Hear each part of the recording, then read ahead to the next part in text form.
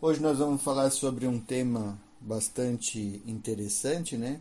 E, por incrível que pareça, né, milhares de anos antecedentes ao Espiritismo, o homem, praticamente desde que tomou consciência de si mesmo, ele está aqui com essa visão, né? Que é a visão, melhor dizendo, com essa preocupação, né, que é saber quem somos nós, é, como é que nós chegamos aqui, como é que o planeta foi criado e assim vai. Bom, pessoal, uma pergunta inicial que a gente sempre tem a respeito, né?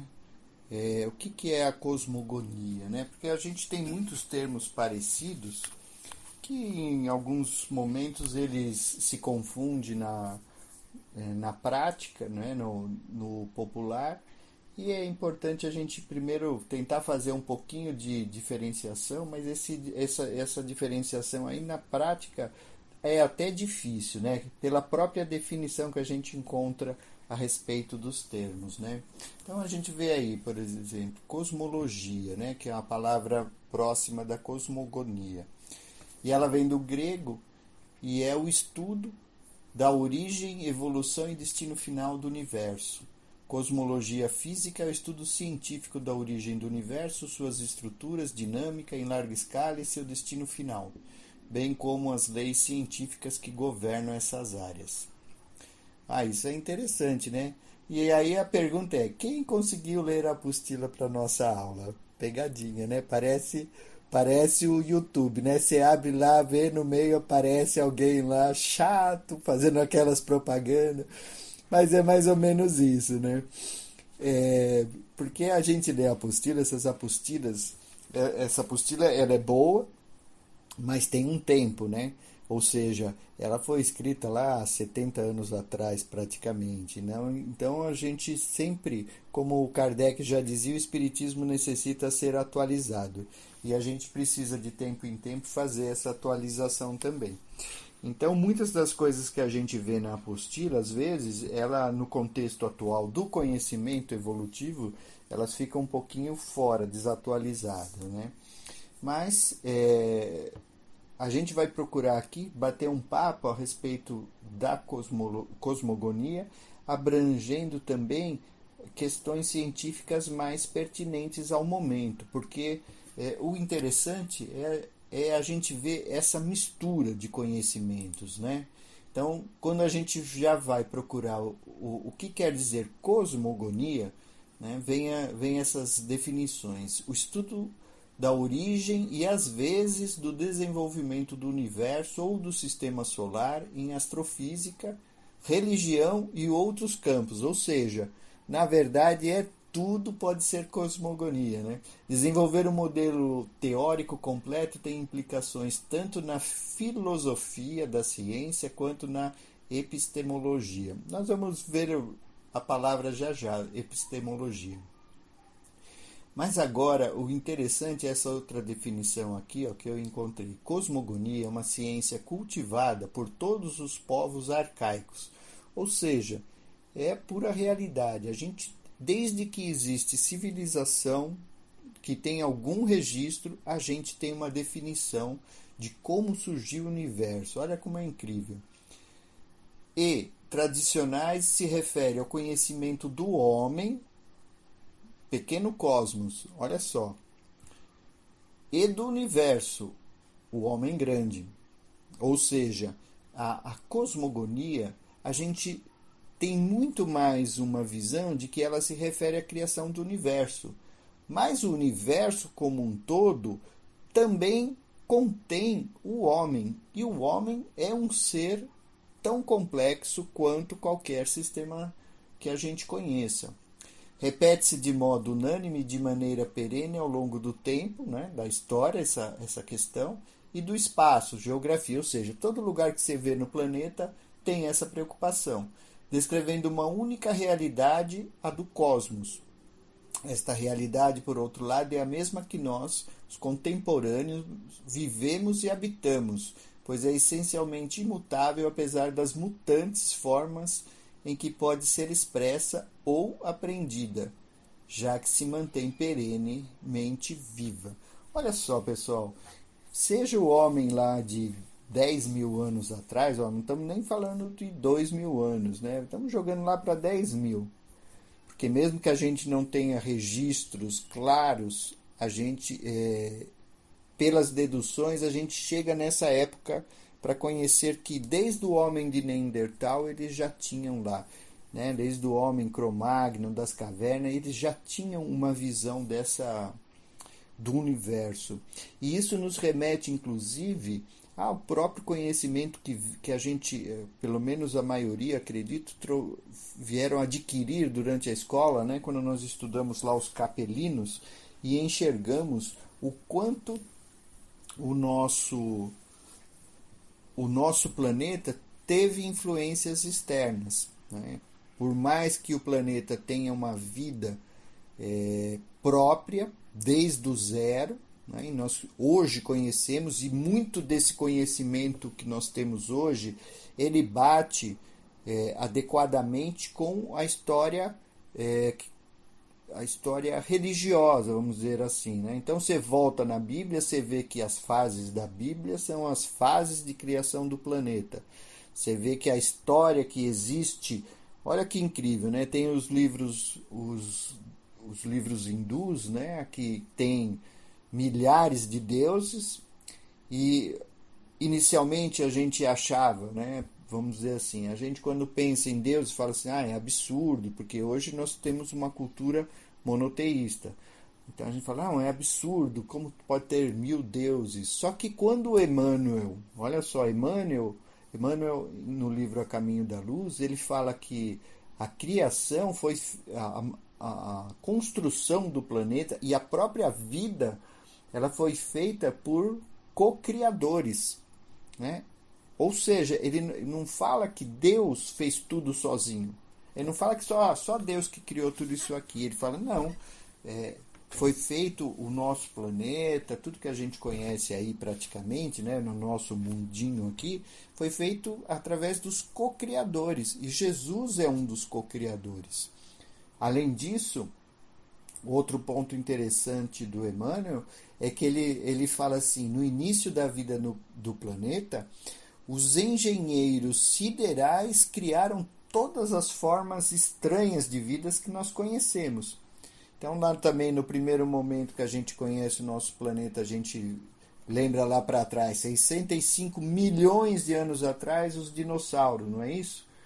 E aí você volta antes dele, mais alguns milhões de anos, teve uma outra vida no planeta. Olha que interessante, né? Que a gente não sabia disso. Né? Hoje é bastante claro, você encontra aí os documentários a respeito. Antes dos dinossauros tinha uma outra forma de vida ainda que também foi extinta, para que a gente chegasse até o homem. E a cosmogonia é isso daí. Ela para nós, a gente não pode ver ela apenas como a formação do universo, mas a gente começa a pensar que a formação da cosmogonia inclui o homem. Tá? Então vamos pensar lá na epistemologia, né? Palavra bem difícil e pouco comum. Então os estudos filosóficos, né? Eles são responsáveis por abordar diversos conceitos, dentre eles o da epistemologia. Neste caso, né, o termo ele vem do grego epistem, que é conhecimento, e logia, estudo. Então é o estudo do conhecimento.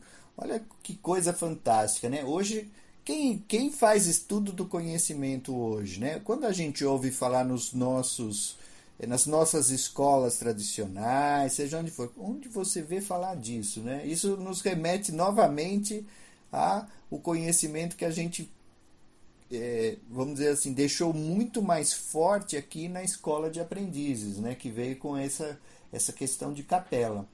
Por conta disso, a epistemologia também é conhecida como teoria do conhecimento. Nas áreas que compõem a filosofia, a ética está relacionada às questões morais, a política se preocupa com a sociedade e a epistemologia é responsável pelo estudo do saber. Então, quando a gente pensa em cosmogonia, a gente tem que deixar de lado a visão simples de universo. né? Por quê? Porque cada vez está mais difícil da gente entender o que vem a ser o universo. E não estou falando em termos pessoais apenas, né? Eu, cada vez que eu vou estudar essas aulas aqui, que a gente tem uma apresentação e vai lá fazer uma pesquisa, uma simples pesquisa, a gente fica mais confuso do que esclarece. Lembra lá o Sócrates, né? Só sei que nada sei. Porque é engraçado isso. Como que a gente consegue cada vez mais achar que sabe menos, né?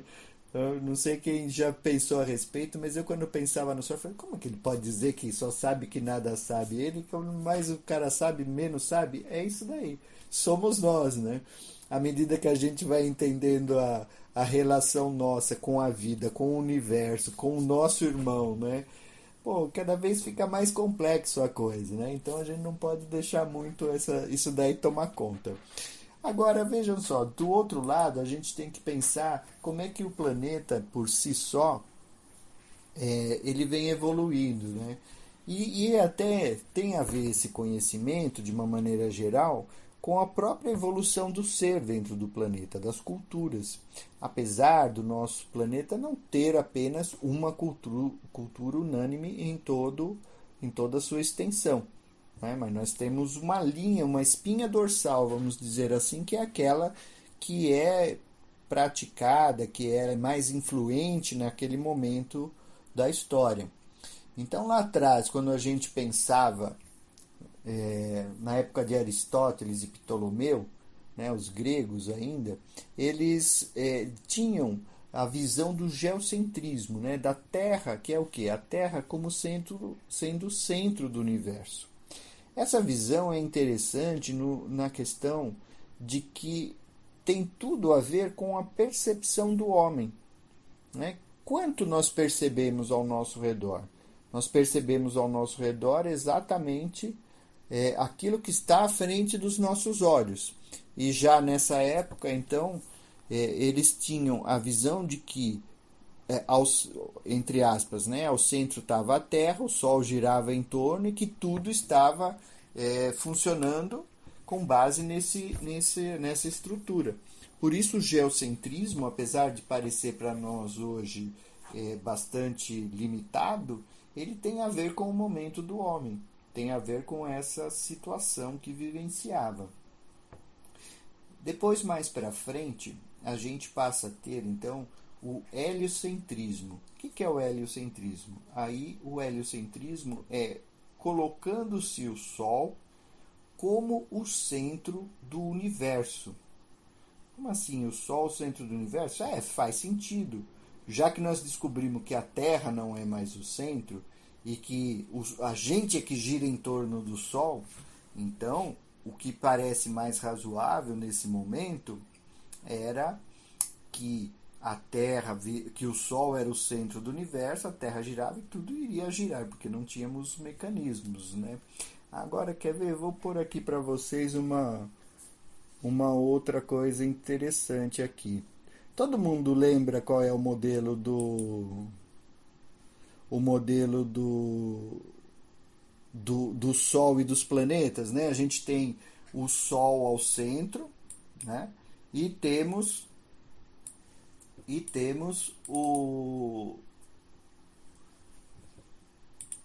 o planeta Terra e todos os demais girando ao seu redor, né? É isso daqui, não é? Vocês estão vendo aí o solzinho? Olha, é o Sol ali no centro e todos os planetas. Isso é o que a gente imagina. Sempre que a gente pensa no sistema solar, a gente pensa nisso. Mas olha o que se descobriu. Bom, primeiro ali, a velocidade, 70 mil. Deixa eu voltar um pouquinho aqui, só para a gente visualizar o número. Opa! 70 mil quilômetros horas, né? Só que olha como é que nós estamos virando na nossa sistema solar. Ao invés de ser aquela visão que nós tínhamos, né, que estava lá o Sol parado e tudo girando ao seu redor, a verdade agora é outra. O que nós temos ali, ó?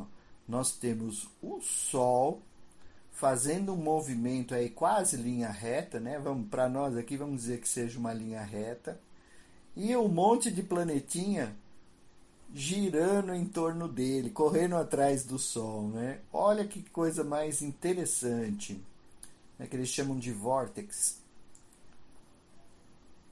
Imaginem,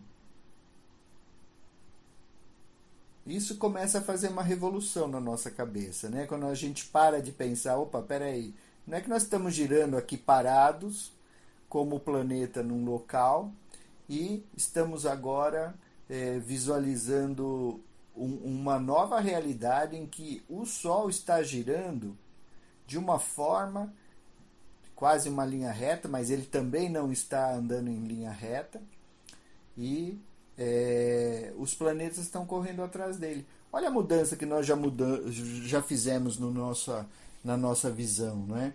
Não tem mais nada que a gente possa. Agora, olha isso daqui, né?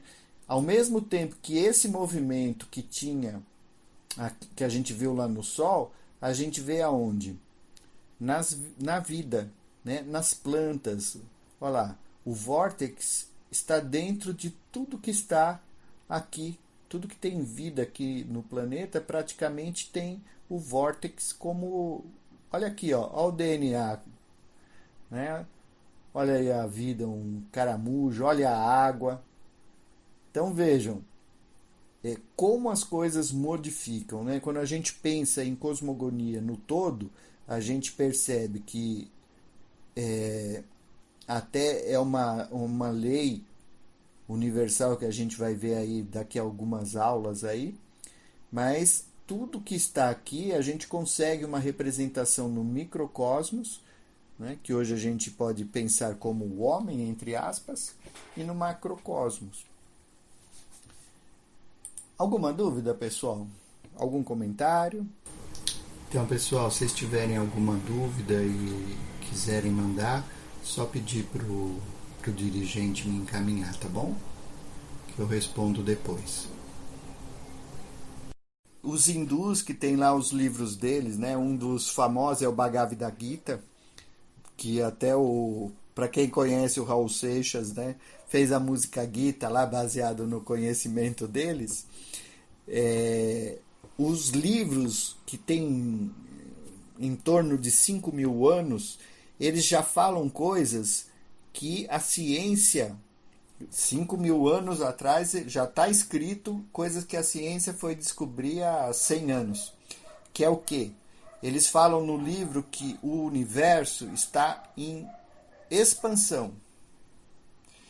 E que é justamente o fundamento dele, a respiração de Brahma. Então eles falam, o universo está em expansão, eles falam os números lá gigantescos, que hoje é pequeno, né? Os números deles que são gigantescos é pequeno perto dos nossos conhecimentos. Porque, só de informação, em termos de galáxias, nós temos conhecimento em termos de 170 bilhões de galáxias. Que nós já temos conhecimento, né? Não é que não é chute, não é caso, é registrado, né? A idade, né? A gente não lembra muito, não sei se vocês lembram desses dados, mas a idade do universo é de 13,5 bilhões de anos.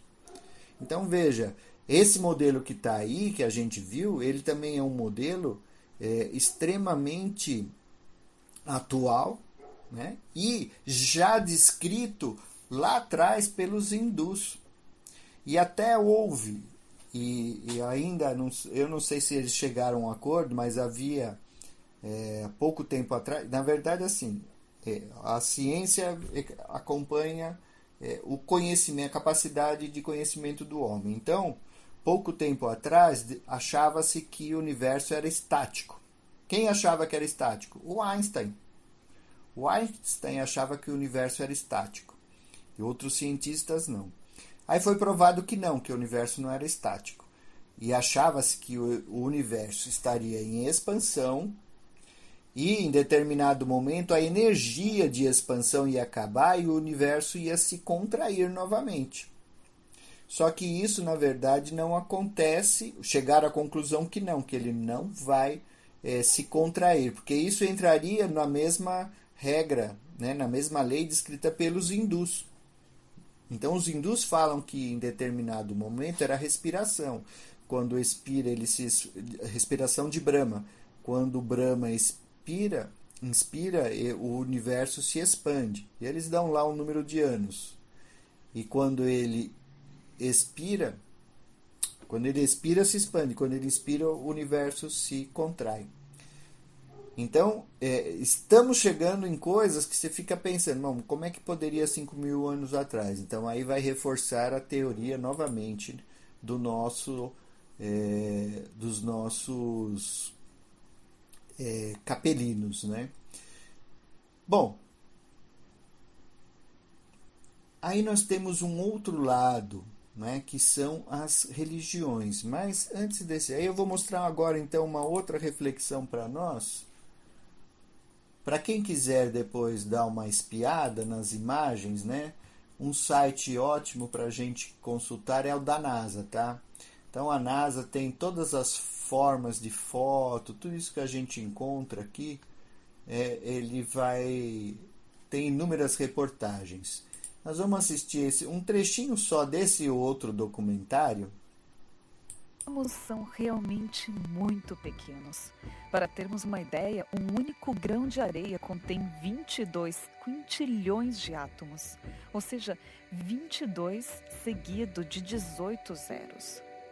Cerca de 1 milhão de átomos alinhados lado a lado têm a espessura de um de seus fios de cabelo. Se um átomo fosse do tamanho de uma bola de golfe, proporcionalmente, a bola de golfe seria do tamanho da Terra. Mas, apesar de serem tão pequenos, os cientistas descobriram que os átomos contêm partes ainda menores. São feitos de prótons, nêutrons e elétrons. Os prótons e nêutrons constituem o núcleo do átomo, que é 1/1000º de 1/1000º de seu volume. Por isso, alguns cientistas afirmam que a matéria está composta, em sua maioria, por vazio, e que os átomos são 99,9% de espaço vazio. Se um átomo fosse do tamanho de um estádio de futebol, o núcleo seria do tamanho de um grão de arroz. Porém, pesaria mais que o estádio inteiro. Um exemplo disso são as estrelas de nêutrons. Se a massa destas estrelas pudesse ser pesada, uma colher de chá pesaria mais do que toda a população da Terra.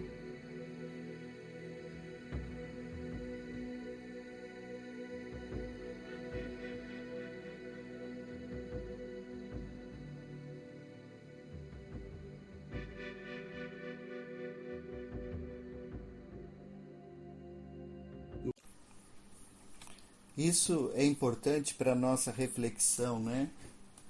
Justamente nessa questão de termos um mundo interior tão grande quanto o mundo exterior, o universo todo, né? Existem outras teorias aí interessantes para a gente refletir daqui a pouco. Então vejam só, aí nós vamos voltar lá no tempo até esses nossos amigos egípcios, né? A gente tem aí na apostila falando sobre Geb, Nut e Ra, mas a quantidade de deuses também varia, tá? Então, a quantidade de deuses da mitologia egípcia, ela é muito maior, ó. Aqui, olhando a própria Wikipédia, ela tem as explicações que cada uma das cidades, estados, né, similar ao que os gregos faziam, tinha a sua própria cosmogonia, né? Então, não dá para a gente afirmar numa única cosmogonia, mas eram muito parecidas. O que tem de interessante é que muitas delas eram essa questão de 3 elementos, né? 3 deuses, 3 forças e assim vai. Então é engraçado isso. Depois, quando a gente vai, então, ó, cosmogonia Enéade de Heliópolis, que era a principal cidade egípcia, é onde a gente encontra lá o Geb, Nut, que a gente estava falando, e assim vai. Cada cidade da sua época tinha. Por isso que a gente tem muitos romances até egípcios, né? Espirituais, vamos dizer assim, em que a gente encontra essas citações. No caso da outra sociedade importante, né, outra civilização importante dos hindus, o principal é o Brahma, o Shiva e o Vishnu, né? E é engraçado, porque quando a gente estuda os hindus, quando a gente lê alguma coisa sobre os conceitos dele, eles têm o deus da destruição. É engraçado a gente pensar em destruição. Como é que pode ter um deus que destrói? Eu, pelo menos lá no início, ficava pensando, por que tem um deus que destrói? E a gente descobre também, né, e isso não faz sentido. Só que aí quando a gente vai para o mundo real, a gente descobre que é exatamente isso, né? Bom, primeiro de tudo, a gente pensar, voltando ainda naquela questão do Sol, olha só esse vídeo aqui que é uma animação da NASA, tá?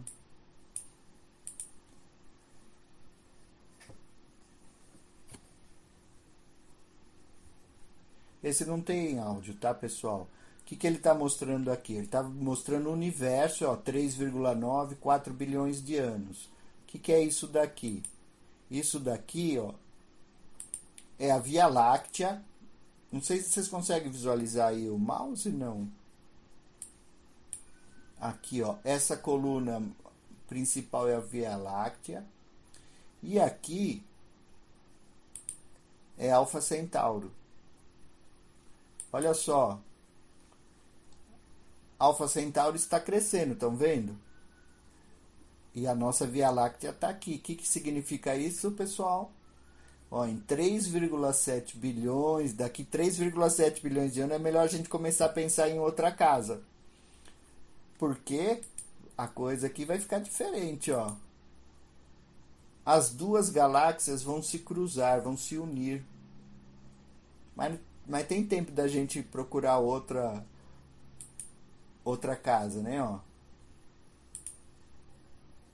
3,9 bilhões de anos, as duas galáxias vão estar unidas. Olha aí. Tudo vai se iluminar. Em 6 bilhões de anos, 7 bilhões de anos. É isso que nós vamos ter. Então, isso para nós tem uma importância também, né, pessoal? Vamos começar aqui a pensar no nosso futuro, né? A gente tem alguns anos aí para evoluir e poder mudar de casa, senão a gente vai começar a achar que aquela visão dos hindus ela está correta, né? Porque de certa forma não está errada. Se você tiver uma situação dessa, e essa é uma situação já prevista, tá, pessoal? Olha só, eu acho que vocês devem ter visto algum tempo atrás, né? Parar um pouco de falar do Hubble, né? Ele se concentrou assim num espaço do universo que seria equivalente a uma bola de golfe, tá? E nesse espaço ele encontrou tudo isso que a gente está vendo aqui, ó. E isso tudo que nós estamos vendo aqui não são estrelas, não, pessoal. São galáxias, né? Daí a gente começa a pensar sobre o tamanho do universo e quanto nós somos pequenos aqui, né? Então, nessas vistas que nós temos, nós começamos a pensar também sobre a questão dos povos, que cada povo do passado, cada civilização tem a sua visão. E por incrível que pareça, pessoal, isso daqui começa a chegar nos nossos tempos, a gente acha que a gente ouve, né? Na verdade, a gente sempre ouve falar, inclusive na nossa apostila diz isso, que a primeira civilização monoteísta seriam os judeus, né? Que o judaísmo é que seria. E por isso Cristo veio para eles. Realmente Cristo veio para eles porque eles eram a única civilização importante monoteísta na época, só que não foram eles que inventaram isso, tá? O masdeísmo, que é do Zoroastro, já tinha essa visão, né? Já tinha essa visão de que não havia inúmeros deuses.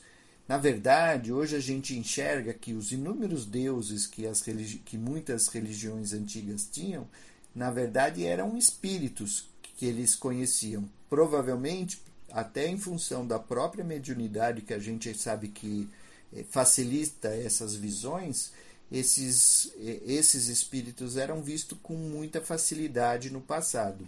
Isso é material lá da nossa aula 3 e 4, né? Que é a constituição do planeta Terra e as raças primitivas. A gente aprendeu isso, que antes dos Atlantes, né, da civilização Atlante, um dos motivos que teve essa mudança é porque a visão espiritual era muito mais fácil naquela época, né? E os capelinos que chegaram aqui no primeiro momento abusavam das suas capacidades. Bom, retomando aqui, então, aqui a gente percebe que todos esses povos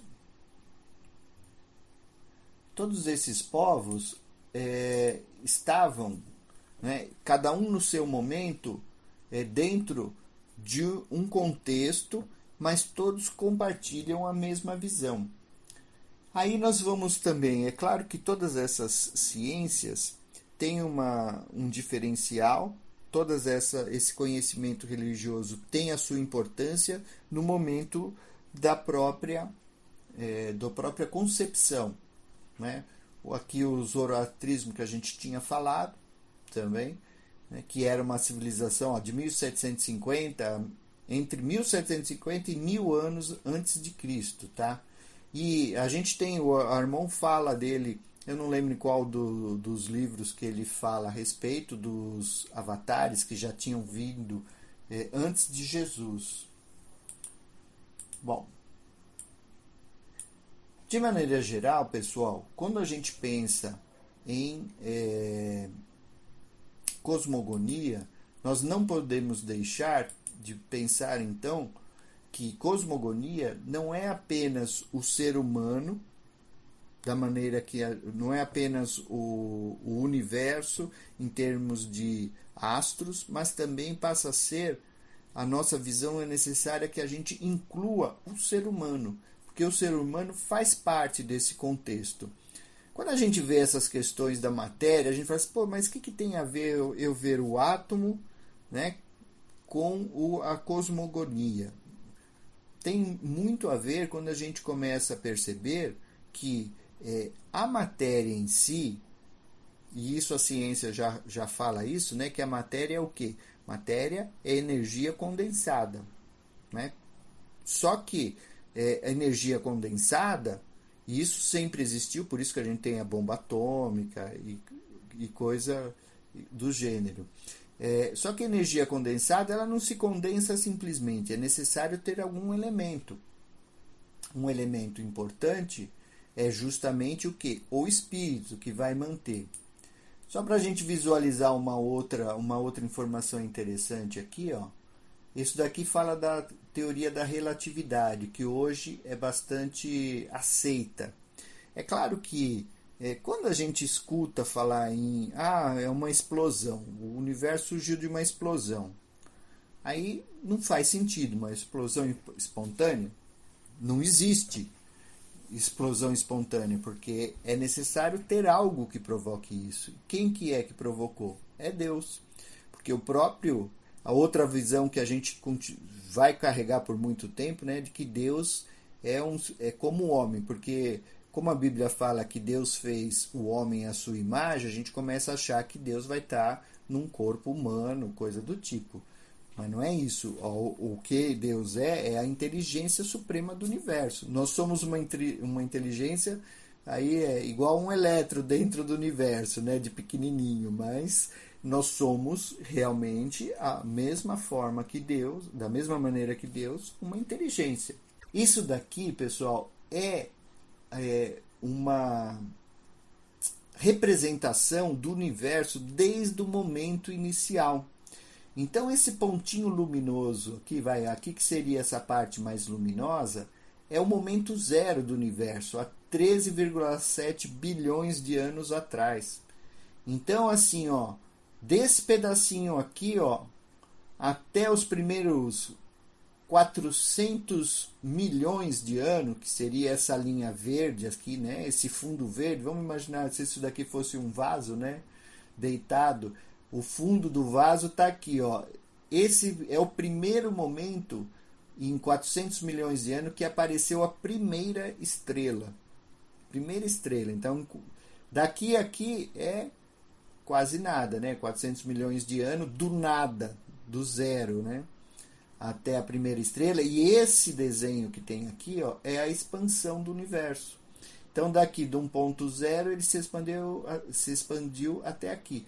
E daqui para frente, ó, esses outros 13,3 bilhões de anos, ó, esse daqui é a expansão dele fisicamente, e constituição dos elementos celestiais, né, do céu. Estrelas, nebulosas e assim vai. Tá? Tem várias teorias que estão ainda em desenvolvimento, mas vejam, por que cada vez, como eu comentei, né, quanto mais você estudar, menos você descobrirá, né? Porque parece que fica mais difícil ainda. A teoria atual, né, a teoria mais próxima de hoje, mistura um monte de teses, mas não dá para fazer não dá para você concluir nada se você não tiver um elemento externo, né? Então, por mais que se fale, os cientistas, que a gente tem uma visão assim, né? Os cientistas não acreditam em Deus, coisa assim. E, na verdade, assim, eles sabem que existe, eles não sabem, não dá para a gente afirmar que seja Deus, a nossa semelhança no formato encarnado, com certeza. Mas eles sabem que é impossível acontecer isso. Existe uma outra teoria atualmente, existe uma outra informação que a gente tem, é que o nosso universo não é mais um universo da maneira que nós entendemos, né? Ou seja, hoje nós já passamos para o multiverso, que é uma teoria de que, ao invés de nós termos apenas... Deixa eu ver se acho aqui onde foi parar o nosso universo. Ao invés de sermos apenas um planetinha, nós somos igual a isso daqui, ó. Cada uma dessas bolinhas aqui, ó, são universos. Então, nós vivemos num multiverso, né? Isso já também é reconhecido cientificamente, tá? Então, não é uma teoria, não é apenas alguém que visualizou isso, mas é um reconhecimento. Então, o nosso universo, na verdade, ele já ficou para trás, porque nós já sabemos que o que existem são multiversos, né? São múltiplos universos. Porque o que é o universo? Né? Para a gente, como nós falamos aqui, né, os números, são 170 bilhões de galáxias. Isso está no nosso universo.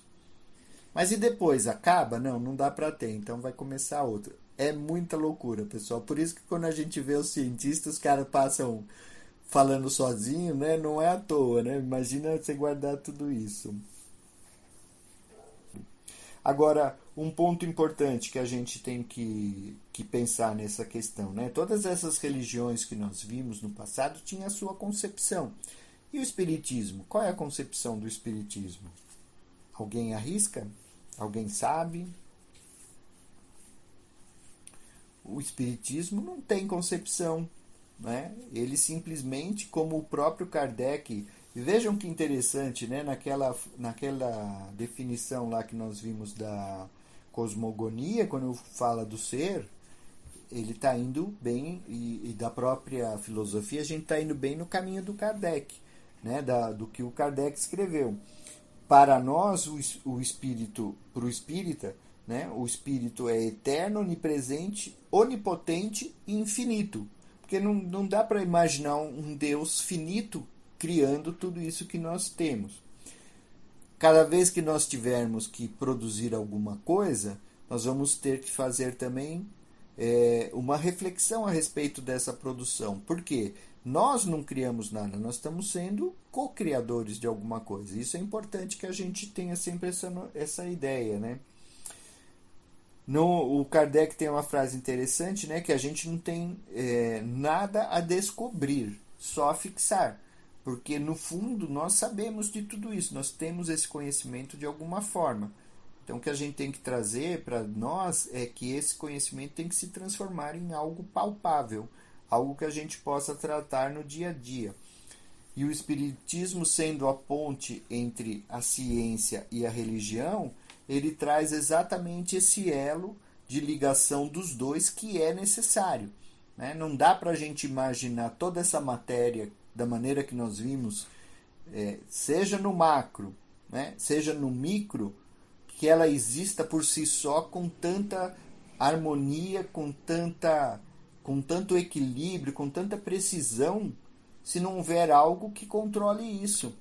E o que controla isso é justamente o espírito, né? Porque é o espírito que mantém a consistência do nosso corpo. Tanto que quando o corpo, quando o fio que liga, né, a ligação entre o espírito e o corpo, quando essa ligação se desfaz, a matéria que está no corpo, ela desmancha, né? Perde a forma, perde a vida e se desmancha. Então, quem faz essa organização? O espírito, né? A mesma coisa, dessa forma a gente deve entender que haja algo acima de nós em termos de capacidade, porque a nossa capacidade é para fazer a gestão de uma matériazinha de um corpo. Perto de um planeta Terra é muito pouco, né? Perto de um sistema solar é muito pouco. Então a nossa escala é essa. Vamos começar lá. Devemos ter começado lá nas moléculas, né? Lá nos átomos, nas moléculas, nossa capacidade de gestão, e chegamos aonde estamos. Pessoal, obrigado pela oportunidade. Se tiverem alguma dúvida, fiquem à vontade, encaminhem para o diligente que eu posso responder oportunamente. Um abraço, um bom curso para todos.